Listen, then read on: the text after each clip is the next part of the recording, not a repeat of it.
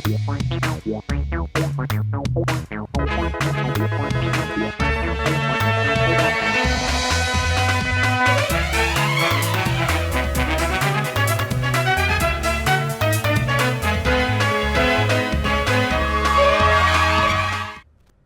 आप देख रहे हैं राष्ट्रीय समाचार। मैं हूं आपके साथ श्रुति जोशी। आइए एक नजर डालते हैं आज की हेडलाइंस पर। मोकामा में 9 वर्षीय बच्ची से दुष्कर्म, पड़ोसी गिरफ्तार, मेडिकल जांच जारी। नरकटिया में एनडीए सम्मान समारोह, विधायक विशाल शाह ने अधिकारियों को दी सख्त चेतावनी। जमुई में मॉर्निंग वॉक के दौरान जदयू नेता के भाई पर जानलेवा हमला, हालत गंभीर। सहरसा सदर अस्पताल का विधायक इंद्रजीत गुप्ता ने किया निरीक्षण, अव्यवस्थाओं पर नाराजगी। दहीसर में 50,000 लोगों ने लिए सस्ते आवास की योजना, एएआई रडार शिफ्टिंग को हरी झंडी।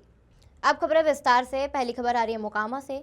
बाढ़ अनुमंडल के पंचमहला थाना के रामपुर डुमरा से बड़ी खबर आ रही है, जहां एक 9 साल की बच्ची के साथ दुष्कर्म का मामला सामने आया है। एसडीपीओ आनंद सिंह ने बताया कि पीड़ित बच्ची के घर के बगल के पड़ोसी पर ही दुष्कर्म का आरोप पीड़ित के परिजनों ने लगाया है, जिसकी गिरफ्तारी हो गई है। आरोपी ने पीड़ित को ब्रह्मभोज खिलाने के झांसा देकर खेत में घटना को अंजाम दिया। पीड़ित बच्ची का मेडिकल करवाया गया है, जिससे पूरे मामले की सच्चाई सामने आ जाएगी। थाना अंतर्गत ग्राम रामपुर डुमरा अंतर्गत एक ऐसा घटना हमें प्राप्त हुआ है। इसके संबंध में आवेदन भी प्राप्त हुआ है। ये सूचना हमें सुबह में लगभग 4 बजे भोर में प्राप्त हुई थी। उसके सूचना के सत्यापन और अग्रतर कार्रवाई के संबंध में फिर पुलिस के द्वारा जाके सत्यापित किया गया। घटना सत्यापित हुआ और जो इसमें अभियुक्त बताए गए हैं प्राथमिकी में, उनको गिरफ्तार भी करके लाई गई है। इस घटना के क्रम में ये है कि एक बच्ची है वही रामपुर डुमरा की, उससे जो अभियुक्त हैं इनके द्वारा उस बच्ची को वहाँ पे एक ब्रह्मभोज हुआ था, एक मृत्यु हुई थी, उसमें ब्रह्मभोज हुआ था। इस बच्ची को बहला फुसलाकर भोज खिलाने के नाम पे इन बच्ची को लेके गए हैं अभियुक्त और खेत में इस तरह की घटना को प्रयास किए हैं, दुष्कर्म की घटना के लिए प्रयास किए हैं। इसी में बच्ची जब वहाँ से फिर जब मुक्त होती है तो जाके अपने परिजनों को बताती है कि उसके द्वारा ऐसे ऐसे उनके बच्ची के साथ प्रयास किया गया है। इसी के क्रम में आवेदन के आधार पर प्राथमिकी दर्ज की गई है और अभियुक्त को गिरफ्तार करके बच्ची और अभियुक्त दोनों का मेडिकल कराया गया है। एफएसएल की टीम भी बुलाई गई है और अग्रतर कार्रवाई की जा रही है। तो बताया जा सर कि वो जो आरोपी है वो कोई रिश्तेदार लगता है बच्ची का? हाँ, बच्ची का वो जैसे कि पड़ोसी में ही रिश्तेदार है, जो चाचा और भाई इस तरह का रिश्तेदारी बताया जा रहा है। अगली खबर की तरफ चलते हैं। अगली खबर जमुई से। जमुई जिला के बरहट थाना क्षेत्र के दाढ़ा गांव के समीप शनिवार की सुबह मॉर्निंग वॉक के लिए निकले जदयू नेता सह पूर्व जिला परिषद अध्यक्ष ब्रह्मदेव रावत के छोटे भाई विनोद रावत पर अज्ञात हथियारबंद अपराधियों ने तेजधार हथियार से गला रेत कर उसकी हत्या कर दी। इसके बाद वह सड़क पर गिर गए। वहीं रास्ते से गुजर रहे लोगों की नजर पड़ने पर शोर मचाया, जिसके बाद परिजन मौके पर पहुंचे और उसे इलाज के लिए सदर अस्पताल ले जाया गया, जहाँ उसकी हालत गंभीर होने व चिकित्सक तथा कर्मी के मौजूद नहीं रहने पर उसे शहर के एक निजी क्लिनिक में भर्ती कराया गया है, जहां उनकी हालत गंभीर होने पर उसे आईसीयू में भर्ती कराया गया है, जहां उसकी स्थिति गंभीर बनी हुई है। इधर घटना की जानकारी के बाद बरहट थाने की पुलिस मौके पर पहुंचकर पूरे मामले की छानबीन में जुट गई है। 4:30 बजे मॉर्निंग वॉक के लिए घर से निकला। ऊपर पर सोया हुआ था, हम भी ऊपर पर थे। हम थोड़ा बाद में निकलते थे, हम भी मॉर्निंग वॉक करते हैं। हल्ला हुआ घर में, ऊपर पर आया आवाज कि विनोद गिरा हुआ है। हमको लगा कि ठंडा उंडा लग गया है, क्या हुआ नहीं हुआ। तो जब नीचे उतरे तब पता चला नहीं, छुरा मार करके कोई भाग गया। मॉर्निंग वॉक में अभी घर से निकल करके जा रहा था। 4:30। गाँव में किसी से जो दुश्मनी न है, किसी से दुश्मनी नहीं। अब दूसरे जगह क्या है न है उसके बारे में बताया जा रहा है। दिल्ली में रहते थे कि दिल्ली में रहते। यहाँ 2 महीना पहले। 2 महीना से यही। हाँ, 4:30 बजे के लगभग। 4:30 बजे। क्या नाम है? विनोद रावत नाम। सुदामापुर। दादी क्या नाम? स्वर्गीय जमुना रावत। कोई दुश्मनी नहीं था मतलब? नहीं, गांव में किसी से दुश्मनी नहीं। क्या चीज काम करते थे? ये तो अपना वहाँ बेटी दामाद वही है, दिल्ली में अपना दवा उबा का दुकान। कुछ जमीनी में बात किसी से चल रहा था? जमीन अब उसके ससुराल का कोई जमीन संबंधी मामला। था, वो डिटेल में तो हम नहीं जानते हैं, लेकिन ससुराल जमीन संबंधी कोई मामला। ससुराल का धर्मपुर खैरा प्रखंड में पड़ता है, खैरा थाना। अरे अगली खबर मोतिहारी से। मोतिहारी के नरकटिया विधानसभा क्षेत्र से एनडीए प्रत्याशी के रूप में चुनाव जीते जदयू विधायक विशाल शाह ने द्वारा एनडीए सम्मान समारोह का आयोजन किया गया, जिसमें बड़ी संख्या में एनडीए कार्यकर्ता शामिल हुए। कार्यकर्ताओं को विधायक विशाल शाह ने सम्मानित किया। वहीं अपने संबोधन में विधायक विशाल शाह ने कहा कि चुनाव में कुछ जयचंद थे जो भीतर घात किए, पर कार्यकर्ताओं के समर्थन से जो जीत मिली वो जयचंदों को हमेशा याद रहेगी। नवनिर्वाचित विधायक विशाल शाह ने अपने क्षेत्र के अधिकारियों को चेताते हुए यह भी कहा कि जो जनता के जायज कार्यों के करने के लिए जो अधिकारी आनाकानी करेंगे उसके कान का भी इलाज किया जाएगा। लोग पार्टी में रह करके भीतरघात करने का काम करते हैं, उनके ऊपर तो कार्यकर्ताओं ने एक तरीके से समझिए कि उनके ऊपर तो जो है कार्यकर्ताओं ने अपने मेहनत से पढ़ा, उनकी मंशा जो है वो, चूँकि हर बार चुनाव होता है तो पार्टी के प्रत्याशी के खिलाफ में काम करने लगते हैं। कई चुनावों से उनका ये देखा जा रहा था और भारतीय जनता पार्टी ने तो कुछ लोगों को निकाल बाहर किया और जनता दल यू में भी हमको लगता है कि कुछ लोगों पर कार्रवाई निश्चित है।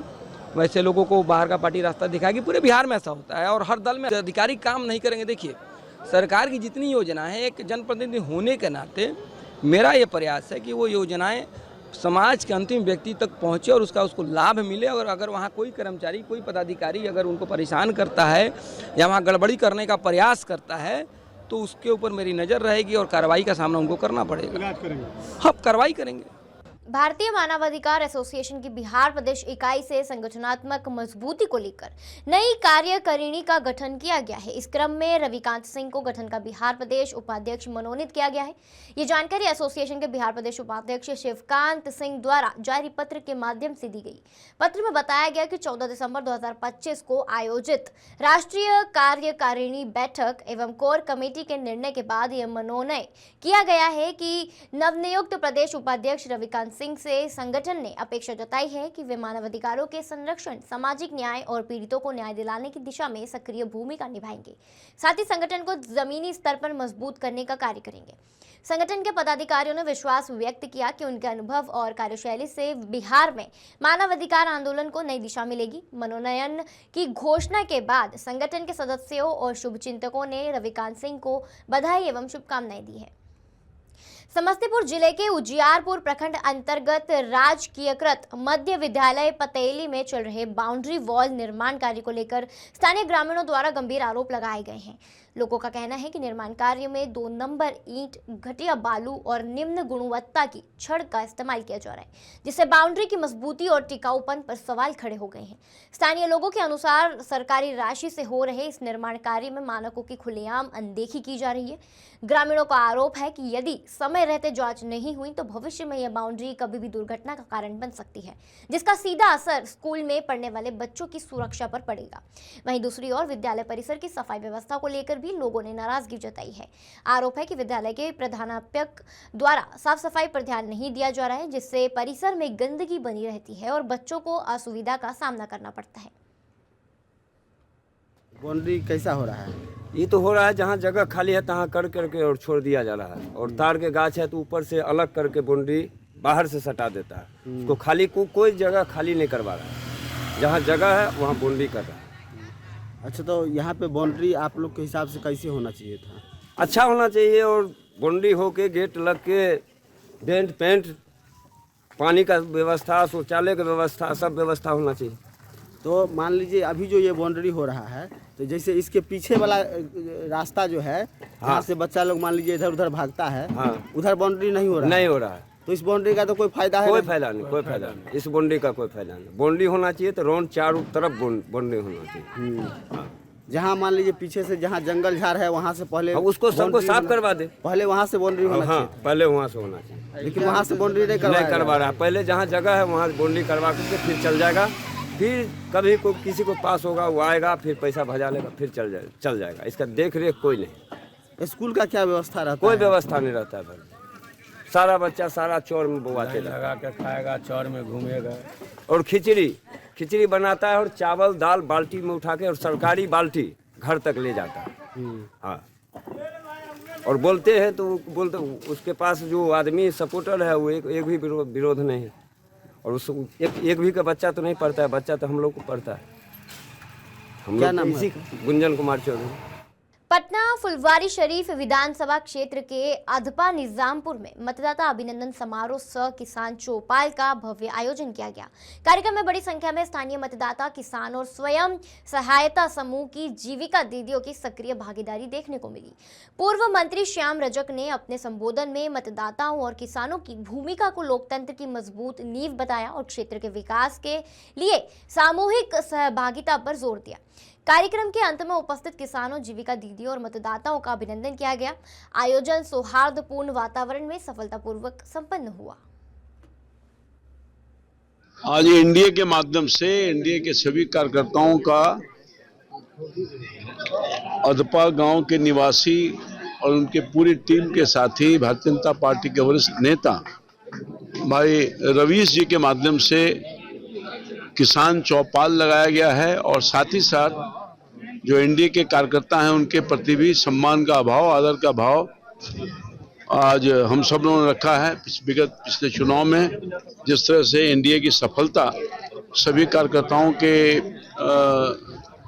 अथक प्रयास की वजह से हुआ है, आज यहाँ फुलवारी विधानसभा अधपा में आयोजित किया गया है और हम सब लोगों को सम्मानित किया गया है। मैं अपना आभार व्यक्त करना चाहता हूँ अपने कार्यकर्ताओं का, जो ने बहुत मेहनत के साथ एनडीए के सभी उम्मीदवारों को, चाहे स्थानीय स्तर पर माननीय विधायक श्याम जी हों, अन्य अगल बगल के जितने भी हैं पटना जिला में, अरुण माझी जी हों या मैं स्वयं हूँ, सबको जीत दिलवाई है। उसके लिए दिल से आभार, सबका सम्मान। किसान चौपाल भी लगा है। हाँ, किसान चौपाल महत्वपूर्ण है। मुझे दायित्व बिहार की सरकार का कृषि मंत्री के रूप में माननीय मुख्यमंत्री जी ने दिया है और ये बड़ी जिम्मेवारी है हमारे कंधों पर, चूँकि हमारे प्रदेश का और हमारे देश का जो आजीविका निर्भरता है वो लगभग 70 से 80% खेती और किसान पर है। वो जब तक मजबूत नहीं होंगे, वो जब तक आत्मनिर्भर नहीं बनेंगे, उनकी आमदनी जब तक बढ़ेगी नहीं, तो मैं समझता हूँ कि प्रदेश का या देश का खुशहाली नहीं हो सकता है। विधानसभा चुनाव के केंद्र में यदि कोई रहा तो वो है जीविका दीदियां। चुनाव से पहले मुख्यमंत्री महिला रोजगार योजना के कारण चर्चा में रही। चुनाव के दौरान उनको दी जा रही राशि के कारण अब परिणाम के बाद यह कहा जा रहा है कि 10-10 हजार रुपए के कारण एनडीए को सबसे अधिक वोट मिले। जीविका की ओर से रोजगार उपलब्ध कराने के उद्देश्य से हाजीपुर के दौलतपुर में मेला कार्यक्रम के उद्घाटन में पहुंचे बिहार सरकार के ग्रामीण विकास मंत्री एवं परिवहन मंत्री श्रवण कुमार ने सभा को संबोधित करते हुए कहा कि गरीबी उन्मूलन के लिए विश्व बैंक से कर्ज लेकर बिहार में जीविका की शुरुआत की गई थी।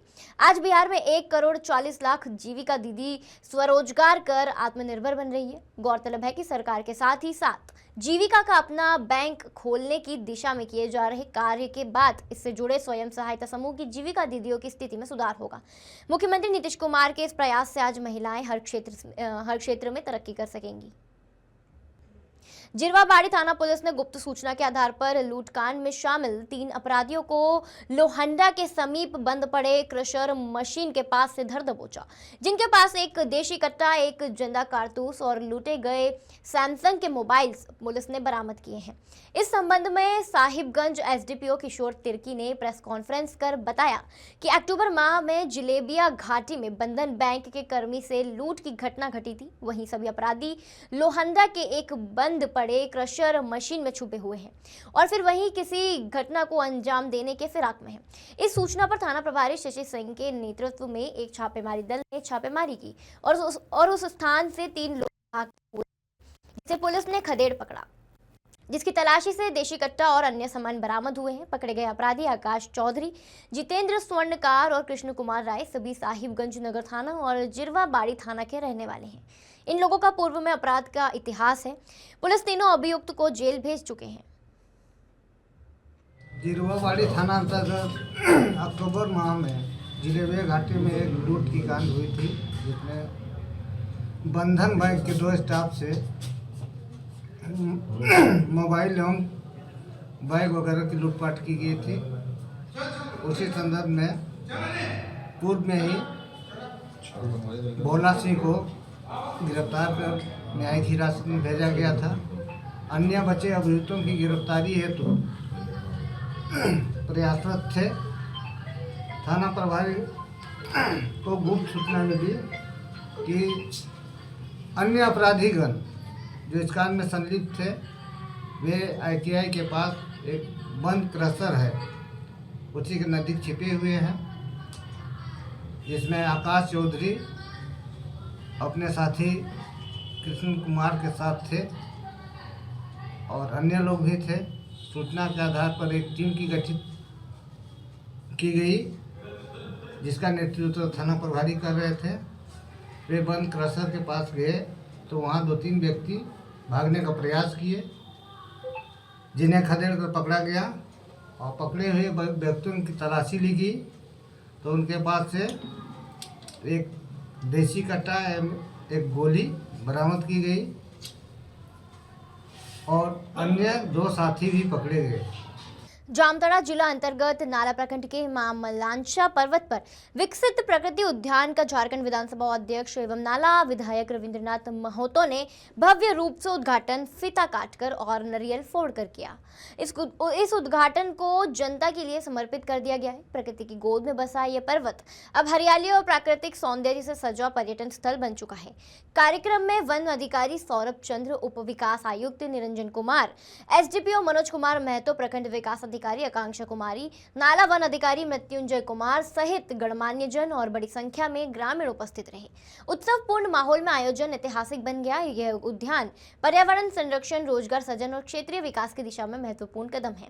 विधानसभा अध्यक्ष रविंद्रनाथ महतो ने कहा, झारखंड प्रकृति और जंगलों से भरपूर सुंदर भूमि है, इसे बचाना हम सबकी जिम्मेदारी है। मां मलांचा पर्वत हमारा सौभाग्य है जो आस्था का केंद्र है। यहाँ कई स्वतंत्रता सेनानियों ने जीवन व्यतीत किया है। इस पर्वत को सजाने में 10 करोड़ रुपए खर्च हो चुके हैं और आगे भी सौंदर्यीकरण होगा। ये मेरा स्वप्न प्रोजेक्ट है। पहले लोग मैथन बांध, मसानजोर बांध आदि जाते थे, अब यहीं पिकनिक और भोज का आनंद लेंगे।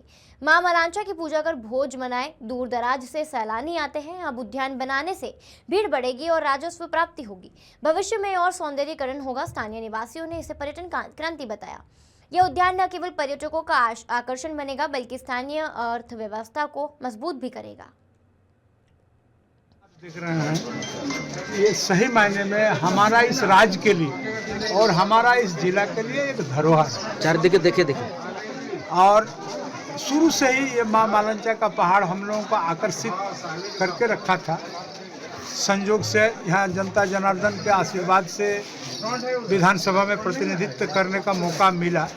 उस समय से ही हम प्रयासरत थे कि मां मलांचा का इस पहाड़ को यहाँ के जनताओं के लिए या सैलानियों के लिए एक आकर्षक केंद्र बनाएंगे।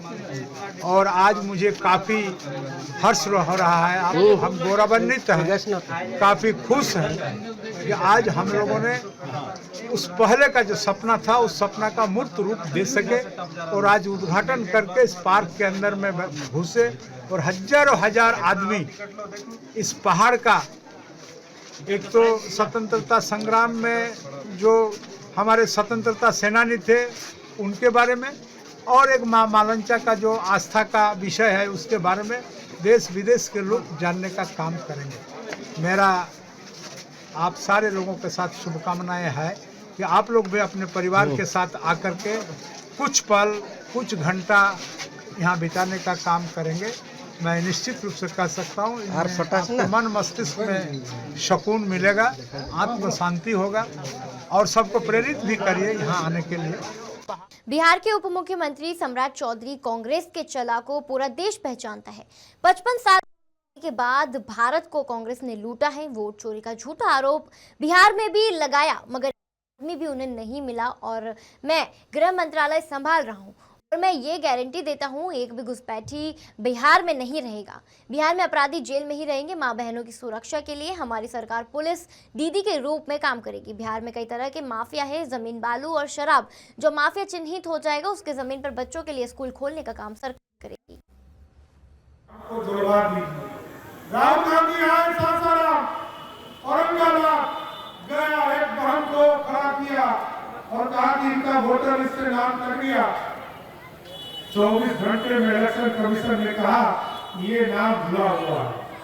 राघोपुर की जनता जहां विरोधी दल का नेता चुनाव जीतता है, उस सीट पर भी लोगों को दिल्ली तक पहुंचाया गया।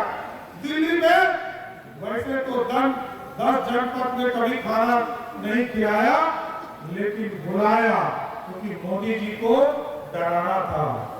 जनता से पूछा कि आपका वोटर लिस्ट में नाम कट गया, और बेचारे से PIL भी डरवा दिया। लेकिन जैसे ही वो घर आया, उसको पता चला कि मेरा वोटर लिस्ट में नाम है। तो ये लोग घुसपैठियों को बचाना चाहते हैं साथियों। और हम आपको आश्वस्त करते हैं, भारतीय जनता पार्टी के नेतृत्व में और आदरणीय मुख्यमंत्री नीतीश कुमार ने मुझे गृह विभाग का जिम्मेदारी दिया है। बिहार में एक भी घुसपैठी बिहार की धरती पर नहीं बचेगा। और आपको स्पष्ट बताना चाहते हैं, बिहार सुशासन स्थापित करना है, अपराधी को बिहार से भगाना है, अपराधी को जेल के अंदर रखना है, और हमारी जो मां बहन को छेड़ने वाला है उसको भी जेल के अंदर बंद करने का काम हमारी सरकार करेगी। कोई छेड़ नहीं सकता।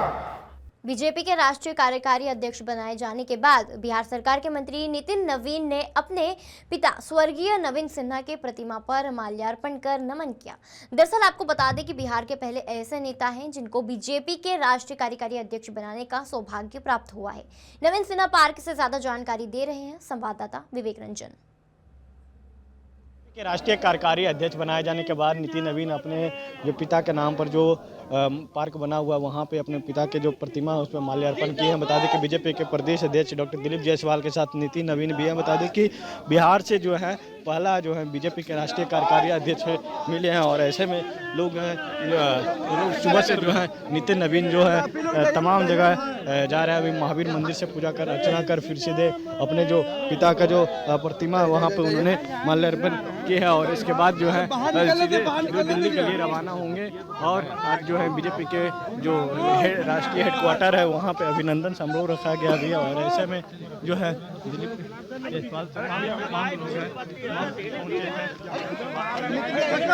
नवीन से एक सेकंड थोड़ा सा आइए ना भैया, आइए थोड़ा सा